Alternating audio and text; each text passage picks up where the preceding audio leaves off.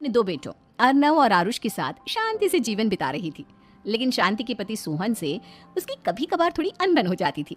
एक दिन शांति रोज की तरह सुबह का खाना बना रही थी, तभी दरवाजे की घंटी बजी। घंटी की आवाज सुनकर वो दरवाजे की ओर जाती हुई कहती है, अरे आती हूँ, कौन है? सब्र करो। शांति दरवाजा खोलती है तो देखती है कि उसके जेठ मोहनदास सामने खड़े होते हैं। वो सक पकाकर अपना घूंघट करती है और पैर छूकर कहती है, आइए आइए जेठ जी। कैसी हो शांति? जी मैं तो बिल्कुल ठीक हूँ, सब आपकी मेहरबानी है भाई साहब। शांति और मोहनदास की बातें सुनकर शांति का पति सोहन और उसके दोनों बेटे बाहर आ जाते हैं। अरे भैया राम राम, कैसे हो आप? राम राम भाई। अरे शांति, ऐसे खड़ी खड़ी क्या देख रही हो? चाय कॉफी कुछ लेकर आओ, भैया आए हैं। शांति तेजी से रसोई की ओर आगे बढ़ती हुई कहती है, अरे मेरी माँ, गेट खोलने के चक्कर में मेरे तो चावल ही जल गए। वो दौड़ी दौड़ी रसोई में जाती है और देखती है कि सारे चावल जल गए हैं। वो दोबारा चावल बनाने में लग जाती है। इतने में सोहन आवाज लगाता है, अरे शांति, तुम्हारे चावल का रोना खत्म हो गया हो तो चाय ले आओ। जी लाती हूँ अभी। शांति जल्दी जल्दी चाय बनाती है और मोहनदास को चाय देती है। सब एक दूसरे की खैर खबर पूछते हुए चाय पीते हैं। चाय खत्म होती ही मोहनदास शांति की ओर देखते हुए मजाक में कहते हैं, शांति, अब तुम्हारी चाय में दम नहीं रहा, अब हमें चाय बनाने वाली बदलनी पड़ेगी। ये कैसे मुमकिन होगा जेठ जी? घर और बाहर का सारा काम मुझे ही करना पड़ता है और कभी कभी जल्दी जल्दी के चक्कर में काम बिगड़ जाते हैं, जैसे आज चावल जल गए। अरे इसी का तो हल लेकर आया हूँ। मैंने रिश्ता देखा है अर्नव और आरुष के लिए। दोनों लड़कियां बहुत सुंदर और सुशील हैं। अगर आप दोनों इजाजत दें तो बात करूँ आगे। सोहन और शांति रिश्ते की बात सुनकर कहते हैं, अब ठीक है, बात चलाइए ना भैया, पर पहले लड़की के बारे में कुछ बताइए तो सही। हाँ भाई साहब, लड़की कैसी है, परिवार कैसा है, कहाँ के रहने वाले हैं?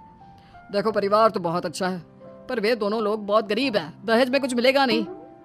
अरे हमें दहेज में कुछ चाहिए भी नहीं, बस लड़की संस्कारी होनी चाहिए। एक लड़की तो पढ़ी लिखी है और शहर की रहने वाली है, पर दूसरी अपनी गरीबी की वजह से पढ़ ना सकी और गांव में रहती है। लेकिन दोनों है बहुत खूबसूरत। अगर तुम सबको देखते ही पसंद ना आ जाए तो मेरा नाम बदल देना। हाँ, पर तो हम आके मुन कर भरोसा कर सकते हैं भैया। आप आगे बात चलाइए, हम शादी करने को तैयार हैं। कुछ ही दिन में अर्नव और आरुष की शादी हो जाती है। आरुष की शादी अनपढ़ लड़की मंजरी से हो जाती है, जो कि बहुत भोली भी होती है, और अर्नव की शादी पढ़ी लिखी लड़की तनुजा से हो जाती है, जो कि घमंडी और चालू होती है। एक दिन मंजरी घर के काम कर रही थी कि अचानक शांति उसे आवाज लगाती है, बड़ी बहू, ओ बड़ी बहू, मंजरी जल्दी यहाँ आओ। मंजरी जल्दी जल्दी शांति के पास जाती है। बेटा मेरे पैर दबा दे, बहुत दर्द हो रहा है। जी माँ जी, बस बर्तन धोकर आती हूँ। अरे बैठ यहाँ, मेरे पैर में बहुत तेज दर्द हो रहा है, बर्तन छोटी बहू धो लेगी। मंजरी शांति के पैर दबाने लगती है तो शांति तनुजा को आवाज लगाती है, छोटी बहू, ओ छोटी बहू। तनुजा थोड़ी देर से आराम से चलकर आती है। जी माँ जी, आपने बुलाया मुझे? आपको कोई काम था क्या? तू कुछ काम कर रही है या? शांति की बात काटते हुए तनुजा बोलती है, कुछ नहीं माँ, फोन पर अपने घर पर बात कर रही थी। अरे बाद में बात करियो अपने घर वालों से, पहले जाके बर्तन धो ले। तनुजा मुंह बनाते हुए अपनी जेठानी की ओर देखती है और मन ही मन कहती है, ये महारानी वहाँ बैठी है, ये नहीं कि बर्तन धो ले। मैंने इतनी पढ़ाई बर्तन धोने के लिए की थी क्या? तनुजा दांत पीसकर वहां से चली जाती है। अगले दिन सब दफ्तर चले जाते हैं, तभी डाकिया चिट्ठी लाता है। शांति चिट्ठी लेकर मंजरी से कहती है, बड़ी बहू, जरा छोटी बहू को बुलाना, एक चिट्ठी आई है। मेरी तो आंखें कमजोर है तो मुझसे पढ़ा नहीं जाएगा। मंजरी तनुजा के पास जाकर कहती है, तनुजा, तुम्हें माँ जी बुला रही हैं। मुझ पर हुक्म मत चलाओ, काम बताओ काम।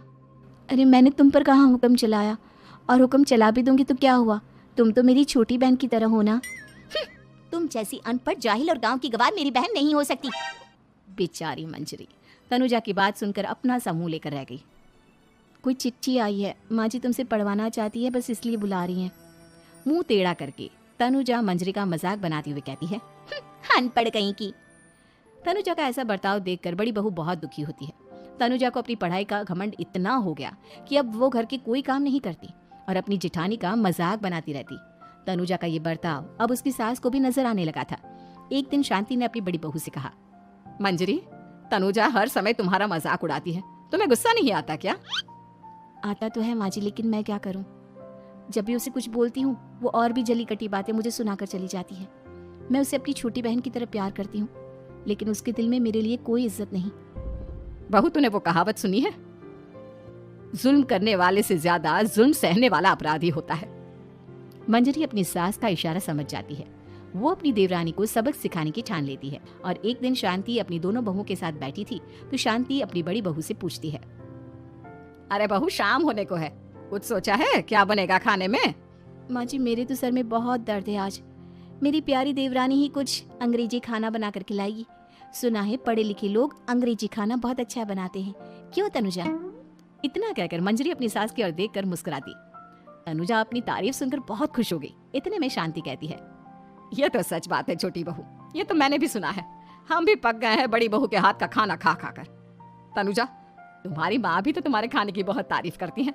आज हमें भी खिला दो कुछ अच्छा सा बनाकर। शांति की बात सुनकर छोटी बहू और आसमान पर चढ़ गई। पर उसे ये कहाँ पता था कि उसकी सास और जेठानी उसे सबक सिखाना चाहती हैं। तनुजा अपनी तारीफ सुनकर खुश तो बहुत होती है, पर सोचने लगती है, मुझे तो कैसा भी खाना बनाना नहीं आता। अब मैं क्या करूंगी? अगर मैंने इनको सच बता दिया तो मेरी सारी इज्जत मिट्टी में मिल जाएगी। अरे छोटी बहू, क्या सोच रही हो? खिलाओगी ना अपने हाथ का अंग्रेजी खाना? छोटी बहू हाँ में सर हिला देती है। अचानक से उसके दिमाग में एक आइडिया आता है। मैं इंटरनेट से देखकर कुछ बना लेती हूँ, मेरी वाहवाही पूरे घर में हो जाएगी। मुझे कौन सा रोज रोज बनाना है। माँ जी आज आप सबको ऐसा खाना खिलाऊंगी कि। इतने में शांति छोटी बहू की टांग खींचते हुए कहती है कि पता नहीं कैसा खाना खिलाओगी। ए ऊपर वाले, हमारी रक्षा करना। इतना बोलकर शांति और मंजरी दोनों जोर जोर से हंसने लगते हैं। अब तनुजा रसोई घर में चली जाती है और खाने की तैयारी करने लगती है, पर उसे रसोई घर की चीजों के बारे में तो कुछ नहीं पता। जैसे तैसे सारी चीजें निकालती है और इंटरनेट पर देखकर खाना बनाती है। कुछ ही देर में सब लोग घर आ जाते हैं। अरे सुनते हो, आज का खाना हमारी छोटी बहू बना रही है। अरे वाह, आज तो फिर कुछ अंग्रेजी खाना खाने को मिलेगा। कुछ ही देर में खाना बन जाता है तो छोटी बहू सबका खाना लगा देती है। इतने में बड़ी बहू कहती है, क्या बात है देवरानी जी, आज तो बहुत अच्छी खुशबू आ रही है। ये बात तो सही कही बड़ी बहू तूने, खुशबू तो अच्छी है। ऐसी खुशबू तो मेरे खाने में भी नहीं आती। सब मिलकर छोटी बहू की बहुत तारीफ करते हैं और छोटी बहू 7वें आसमान पर बैठ जाती है। अब सभी खाना खाते हैं। जल्दी जल्दी दो, अब तो मुंह में पानी आ रहा है। हाँ हाँ, मुझसे भी नहीं रुका जा रहा। जैसे ही सोहन एक निवाला खाता है तो उसकी आंखों से पानी आने लगता है। ये देखकर शांति सोहन से पूछती है, क्या हुआ जी, खाना इतना अच्छा बना है कि आंखों से पानी आ गया? सोहन चुप रहता है और धीरे धीरे से खाना शुरू कर देता है। इतने में सोहन छोटी बहू से कहता है, बेटी तुम भी तो खाओ, तुम क्यों रुकी हो? खाना सच में बहुत अच्छा है। ये कहकर सोहन जोर से हंस देता है। फिर सब खाना खाने लगते हैं, लेकिन खाने में नमक और मिर्च तेज हो गई थी। तनुजा से कोई कुछ नहीं बोलता, बल्कि उसे भी खाने को कहते हैं। जैसे ही छोटी बहू खाना खाती है वो पानी पानी कहकर चिल्लाती है, पानी, इसमें तो पानी। ये खाना तो सच में इतना अच्छा बना है कि हमारे साथ साथ देवरानी जी भी इसके स्वाद को कभी नहीं भूल पाएंगी। सही कहा बहू। तनुजा को अपनी गलती का एहसास हुआ और उसने अपनी सास से कहा, माँ जी ये मेरी गलती नहीं है, इंटरनेट पर दिखाया था कि 4 चम्मच नमक और मिर्च डालने हैं। अब मंजरी को भी मौका मिल गया और उसने तनुजा पर तंज कसा, नाच न जाने आंगन टेढ़ा, हर जगह अपनी पढ़ाई दिखाती हो, दूसरों का मजाक उड़ाती हो। अब पता चला ना, हर चीज में पढ़ाई काम नहीं आती। और तुम तो शहर में रही हो, तुम्हें तो मुझसे भी अच्छा खाना बनाना आना चाहिए ना। बेटा, अगर तूने ठीक से सब सीखा होता तो आज तुझे शर्मिंदा नहीं होना पड़ता। बात शहर या गांव की नहीं होती। मंजरी गांव से आई है, लेकिन उसे घर का काम करना और खाना बनाना सब अच्छी तरह से आता है। तुम शहर में रही हो, तुमने ये सब क्यों नहीं सीखा? छोटी बहू सर नीचा कर सबसे माफी मांगती है और बहुत शर्मिंदा होती है। दीदी मुझे माफ कर दो, मैंने आपको बहुत बुरा भला कहा, पर आपने मुझे हमेशा ही माफ किया। आज मुझे अपनी गलती का एहसास हो गया है। अब दोनों बहुएं मिलकर घर का काम करने लगी और एक दूसरे को अपने गुण बांटने लगी। मंजरी ने अपनी देवरानी को खाना बनाना और घर का काम करना सिखाया, वहीं तनुजा ने भी अपनी जेठानी को पढ़ना